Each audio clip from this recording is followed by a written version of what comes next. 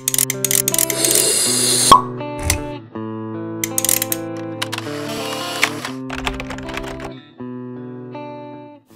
əzizlərim, TV izləyiciləri. Bugün müsahibə verilişi və müsahibə verilişi ifarəsindən sonra gələrdi. Bugünkü qonağımız Azərbaycan Memarlıq və İnşaat Universitetinin İnşaat Texnologiya Fakültəsinin dekanı Ahmet Akbeylidir.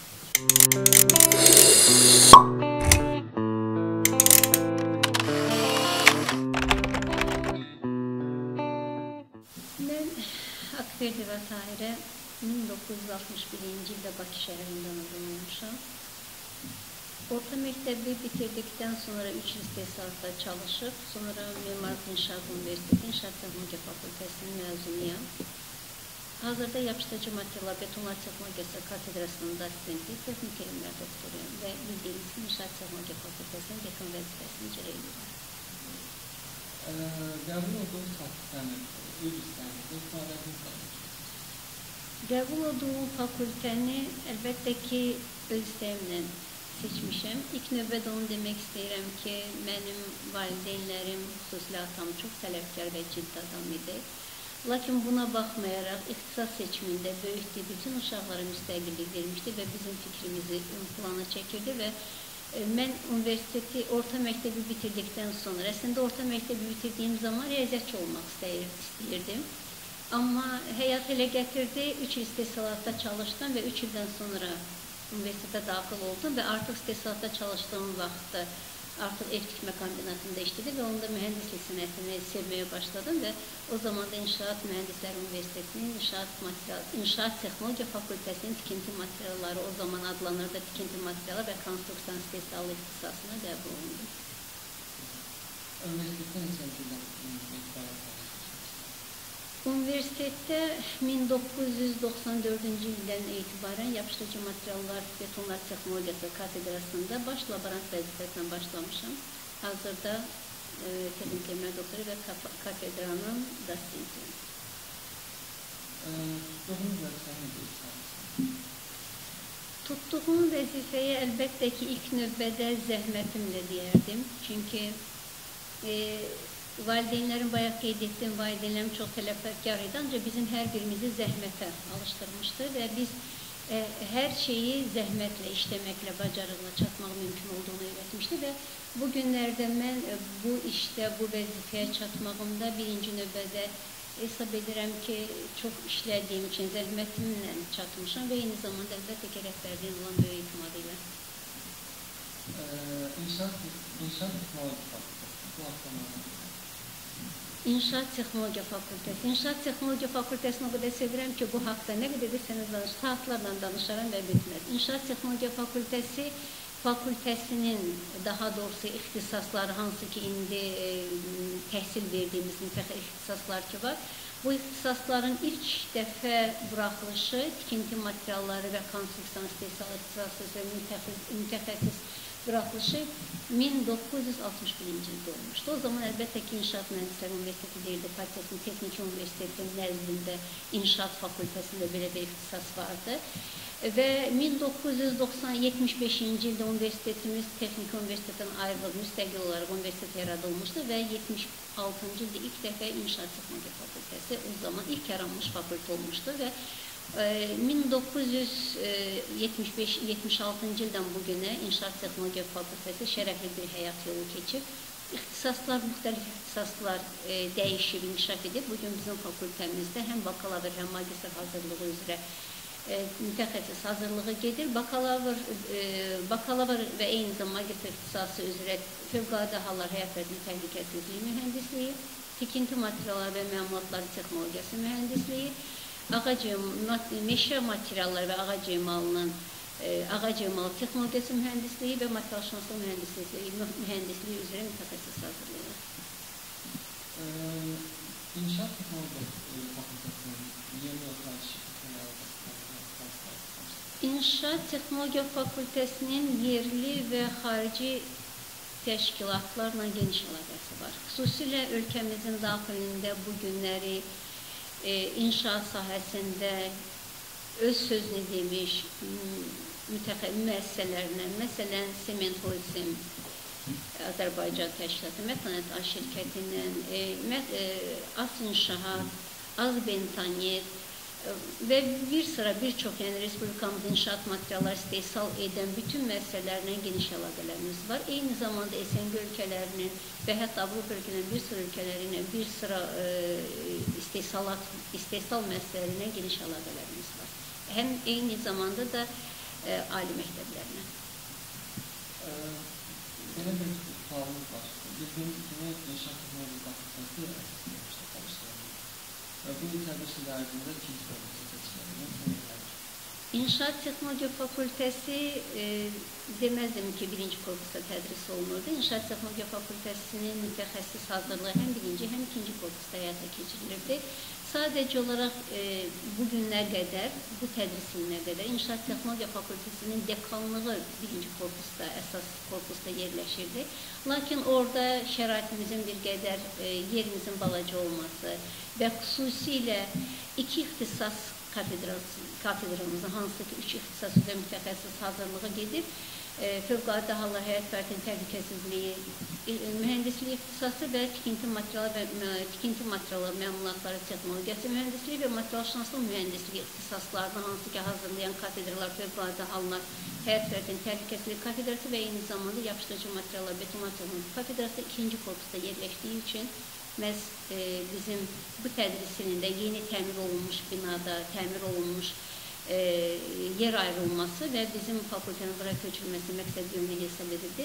Ve mən ilk növbədə bizim universitetin rəhbərliyinə, xüsusilə Gülçörə xanıma bizim üçün belə şərait yaratdığı üçün tələbələrimizin adından təşəkkür edirəm.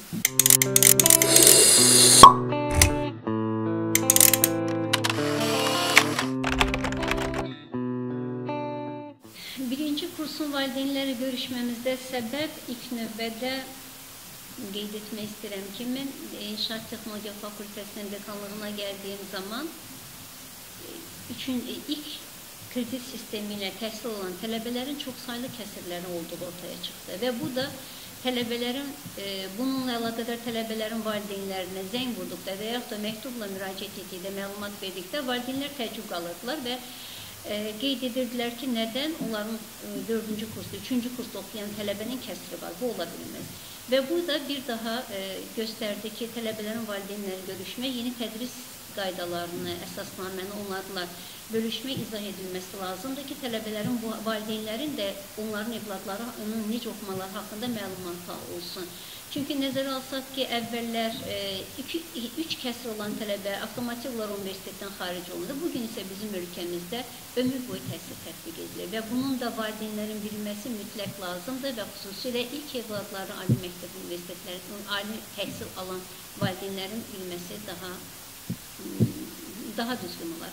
Və buna görə də mən hər il bu səbəbdən birinci kursun tələbələrin valideynlərlə görüş keçirmək qərarına gəldim. Hətta bu il bizim fakültəyə daxil olan 100 tələbədən cəmi 11-nin, 12-sinin, 11-12 tələbənin yuxarı kursda başqa universitetdə oxuyan bacı və qardaşları var. Bu deməkdir ki, yerdə qalan 88-90 tələbənin valideyninin yeni tədris kredit sistemindən xəbəri yoxdur və biz valideynlərlə görüşdüyümüz zaman yeni ölkəmizdə tətbiq olunan kredit sisteminin əsasnaməsini onlarla bölüşür, onlara qaydaları izah edir və valideynlərin evladlarının il boyu oxumalarının vacibliyini bir daha vurğulayır. Bu da eyni zamanda təcrübələr göstərir ki, tələbələrin daha da məsuliyyətli olmasına, valideynlərin tələbələr üzərində, evladlar üzərində diqqətini artırmalarına səbəb olur. Bu da nəticədə universitetli tələbələrin daha çox vaxtında bitirmələrinə gətirib çıxardır.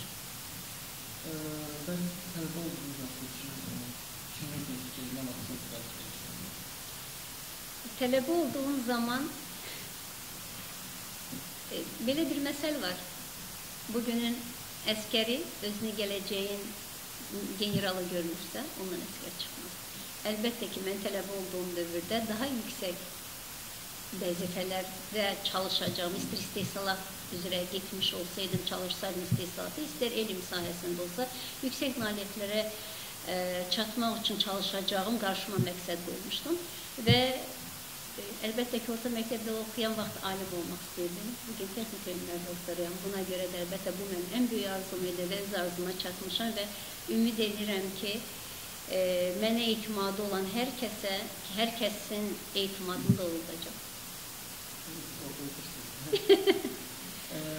Tələbə bakanlıqda yaşayacaq, magistrat Mütləq.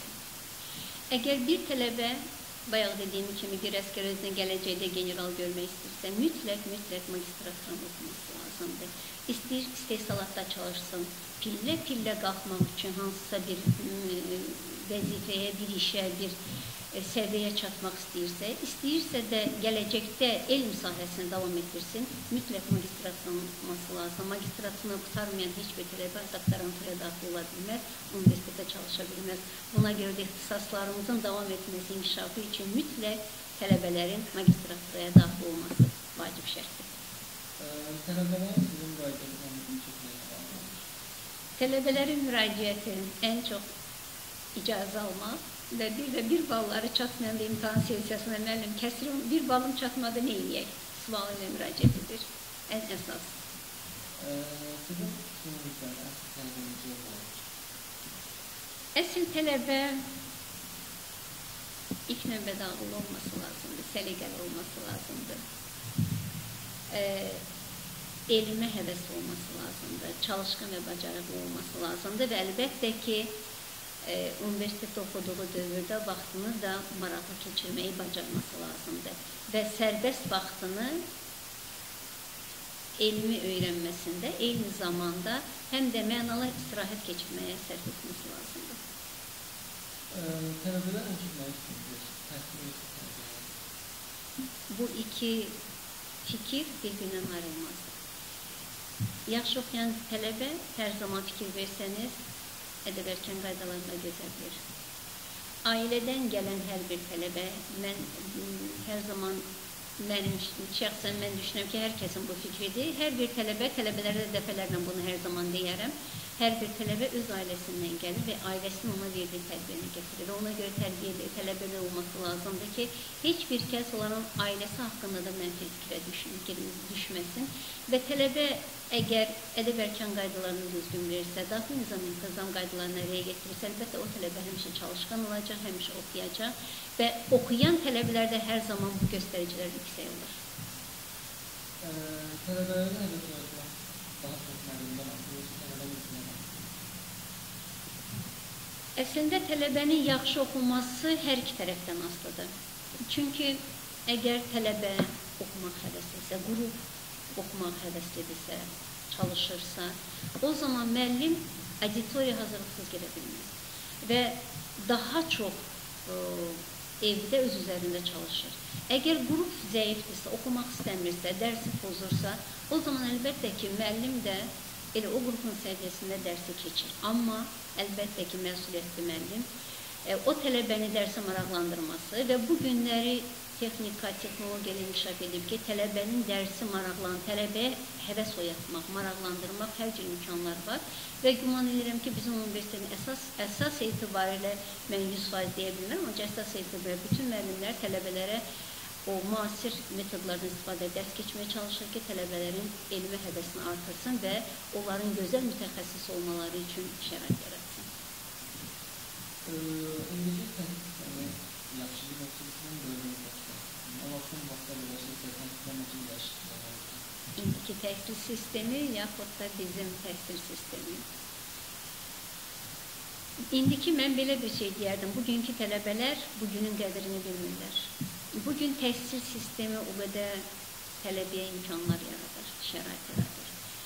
Bu günləri elm, texnika, bayaq dediyim kimi o qədər inkişaf edir ki, oxumaq istəyən hər bir tələbə üçün hər cür şərait, hər cür imkan var. Bizim dövrümüzdə, mən oxuduğum illərdə, 81-86-cı illərdə Azərbaycan dilində bir dənə ədəbiyyat yox idi. Biz ancaq rus ədəbiyyatından oxuyurduq və bir şey öyrənmək üçün Axundov kitabxanasında, texniki kitabxanada, eyni zamanda öz universitetimizin kitabxanasında saatlarla vaxt verirdik. Və bir də bizim istifadə etdiyimiz material müəllimin mühazirə dediyi mühazirədir və biz o mühazirəni məcburən yazırdıq Və müəllimin, sadəcə müəllim bizə dikt eləmirdi, müəllim danışırdı və biz öz qeydlərimizi aparırdıq. Tənəffüsdə yaza bilmədiklərimizi digər tələbədən bir-birimizin alaraq köçürdürdük, yazırdıq və bizim Azərbaycanca ondan materialımız müəllimin bizə dediyi mühazirə idi. Amma bugün Azərbaycan dilində o qədər edəblər var. Bütün ixtisas müəllimləri Azərbaycan dilində o dərsliklərin yazılmasına çalışırlar. Baxmayaraq ki, hər kəs yəni özü maliyyələşdirir. Amma buna baxmayaraq tələbələrin istifadə etməsi üçün əlində material var. Digər tərəfdən internetdə istədiyiniz material tapa bilirsiniz. Və o bizim dövrdə internet yox idi. Və bu günlər tələbə əgər oxumaq həvəsi olarsa, oxumaq istəyərsə, tələbə üçün hər cür şərait var, hər cür imkan var və bu fərq bizim dövrlə bu dövrün arasında çox böyük özünü göstərir. Tarixi kitabları çox sevirəm, amma bu demək deyil ki, başqa janrda kitablar oxumaram. Təbii ki, romantik kitablarda ən çox xoşladığım bir zamanlar fantastik əsərlər idi. Son illərdən keçən tədris ili 3 əsər oxumuşam. Yadımda deyilsə, Gənclik, müəllifi John Coetzee, səhv eləmirəmsə, bir-birimizə demədiyimiz sözlər, Mark Lev onun əsəridir. Bir də sonuncu, ən son oxuduğum Azərbaycan gənc yazarıydı, Aygün Abbaszadə denə müəllifi, üzr istəyirəm, səhv deyərəmsə, sonuncu addım əsəridir və biri fantastik əsər idi, biri romantik əsərdir, bir də bizim Azərbaycan həyatına son illəri həsr edilmiş bir əsərdir və həddindən artıq çox təsirlidir. Mən əslində bu kitabları oxumanızı tövsiyə edirəm hamınıza. Orada belə bir mətn var. Nəvə baldan şirin olmasını təmizlə düşünmüşdür. Bala baldan şirindir, nəvə ondan da şirindir deyirlər. Mən hər kəsə baba nənə olmağı arzulayıram. Onunla gözəl bir şey yoxdur. Onlarla keçirdiyim saniyələrim həyatıma həyat qatır, gün qatır, ömür qatır və buna görə də nəvədən şirin bir şey yoxdur bu həqiqət. Sağ olun. Sevdiyiniz film və nə üçün? Sevdiyim film, mən Azərbaycan kinoların hamısını sevirəm. İstər bu olmasın, bu olsun, Arşamallan olsun və digər kinoların hər birini, onlara saat, günlərlə, dəfələrlə baxsam doymaram və mənə gəlir ki, orada həm istər aktyor oyunu, istər sujet o qədər gözəldir ki, o əsərlərə hər dəfə kinolara dəfələrlə baxmaq olar. Digər bu günləri son illər verilən kinolardan Möhtəşəm Yüzümüz çox sevirəm.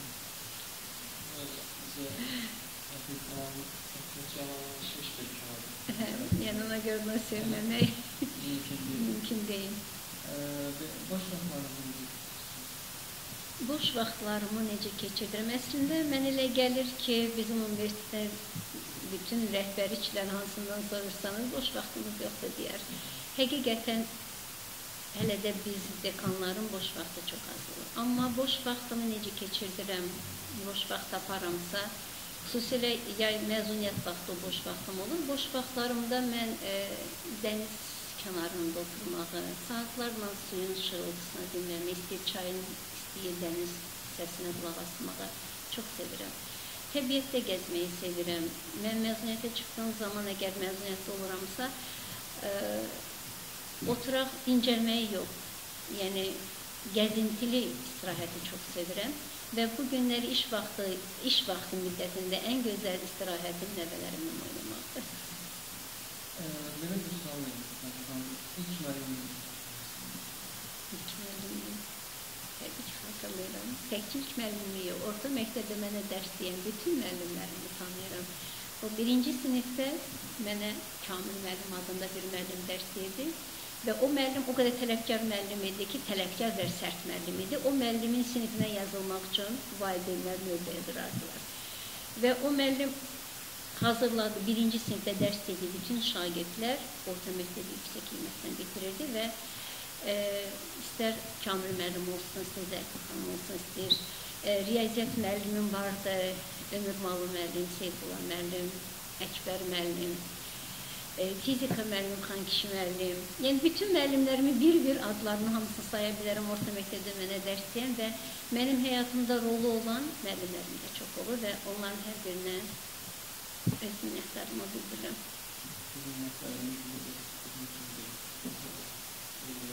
Çox sağ olun. Tələbə yoldaşlarınızla Tələbə yoldaşlarımla mütəmadi əlaqə saxlayırıq. Əvvəla biz tələbə həyatımızı bizim o qədər maraqlı baxmayaraq ki, çətin dövrdə oxumuşduq, biz də oxumaq üçün çox əziyyət çəkirdik, amma 26 uşaq tələbə universiteti bitirmişdik və biz hər il mayın 9-unda 1986-cı ildən bugünə kimi hər il görüşürük. Son illər sadəcə olaraq son il 5 ildə artıq hamımızın evladları böyüyür və hər birimiz ildə 1-2 dəfə toylarda, uşaqlarımızın toylarına toplaşırıq. Gələn isə 30 illiyimizdir və bu yaxınlarda bir toyda olmuşduq. Bir tələbə yoldaşımızın oğlunun toyuna yığışmışdıq və orada da danışdıq ki, gələn mayın 9-unda mütləq görüşüb böyük bir yubiley görüşü keçirdəcəyik. İdealın kim olduğunu özünüzün kimi İdealım kim olur? Əslində qalsa, mən hesab edirəm ki, hər bir şəxs fərqlidir. Onun biri digərini heç bir bənzəmir. Hər birinin həyatda öz yolu var. Amma şəxsən kimin sözümü ideal heç bir zaman seçməmişim. Amma bayaq qeyd etdiyim ki, həyatımda rolu olan şəxslər həddindən artıq çox olub. İstər orta məktəbdə oxuduğum zamanı, məsələn, bayaq adını çəkdim, Ömür Malı müəllim vardı, Dürəsən müəllim vardı, hansı ki, bizə tarix dərsi deyirdi və o müəllim 2 ilə oxuyan şagirdi belə elmə həvəsləndirib, sinifdə 36 şagirdin 36-sı da tarixi gecə-gündüz oxuyurdu. Yəni, o cür müəllimlərin həyatında rolu olub. Universitetə daxil olduğum və elmlər namizəli dissertasiyanın rəhbəri, kafedra müdürüm Bunyad Sərdabın böyük bir zəhmət olub, üzərimdə unudulmaz bir izi var. Bir müəllim kimi, mütəxəssis kimi yetişməyimdə kafedramızın Allah qəmi rəhmət eləsin, Əli Həsənzadəyə, Əli müəllimin bir müəllim kimi formalaşmağında, bir şəxsiyyət kimi formalaşmağında, bir alim əgər bu ada layiq əmirsə bir mütəxəssis kimi yetişməyimdə Əli müəllimin çox böyük zəhməti var və ümumiyyətlə mənə dərs deyən bir mütəxəssis kimi hazırlayan universitetimizin bütün müəllimlər, kafedramızın bütün müəllimlərimizin minnətdarımı bildirən və onların hər biri mənim idealımdır.